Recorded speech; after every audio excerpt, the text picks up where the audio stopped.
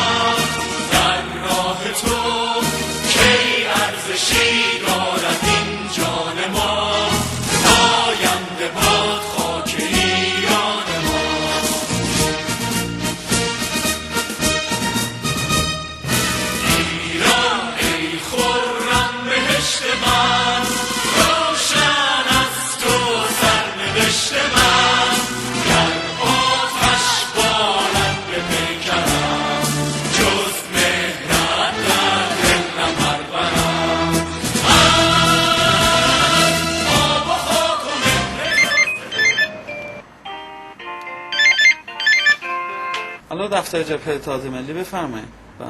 ایشون الان جلسه هستن، اگه امکان داره 10 دقیقه دیگه زنگ بزنید.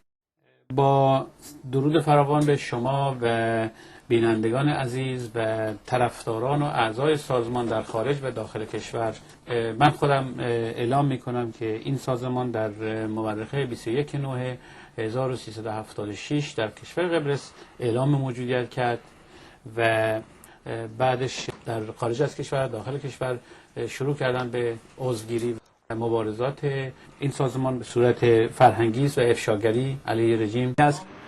کار ما در اینجا حمایت از مردم ایران و دانشجویان مبارزه و افشاگری از جنایات رژیم و در این راستا با چاپ مجلات و اعلامیه ها و پخش اونها، تدارک تظاهرات در موقعیت های مناسبه.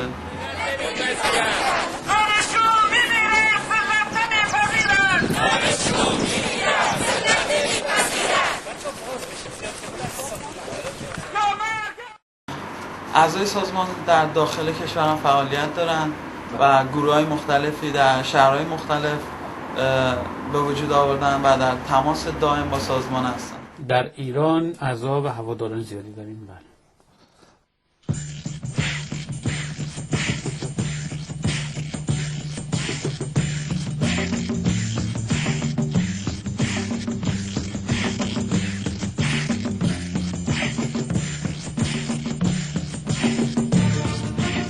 در داخل و خارج کشور به صورت تبلیغاتی هستش، فرهنگی است.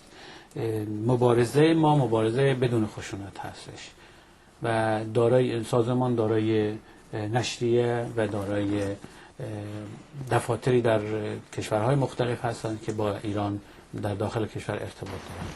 ما نمایندگانی در کشورهای مختلف داریم، در گوشه و کنار دنیا، در فرانسه، آلمان، قبرس، کانادا، آمریکا و خیلی کشورهای دیگه.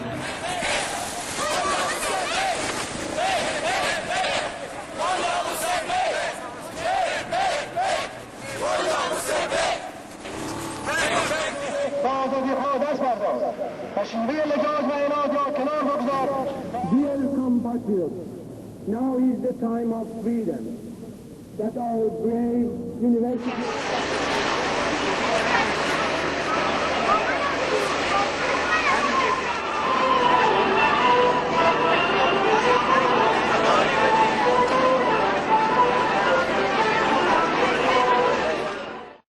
بودجه ما از طریق هواداران و طرفدارانی که در داخل و خارج کشور هستند و اعضای سازمان در خارج کشور تامین میشه و نیازهای ما برآورده میشه.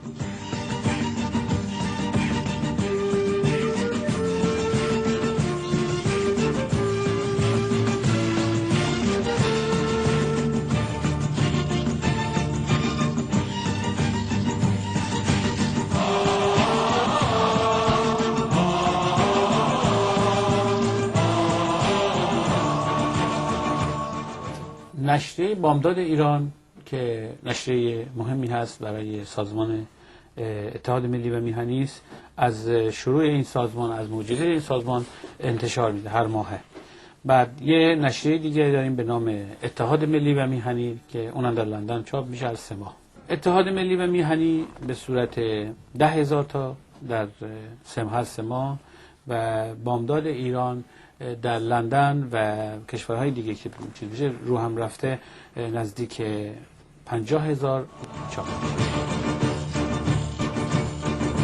یار دبستانی من با من و همراه منی، چوب الف بر سر ما بغض من و آه منی، حک شده اسم من و تو رو تن این تخت سیاه، ترکه بیداد و ستم مونده. این نظری که نظر همه هست، مردم ایران همه میدونن این رژیم این رژیم رفتنی است که باید بدونیم و سقوطش حتمی است.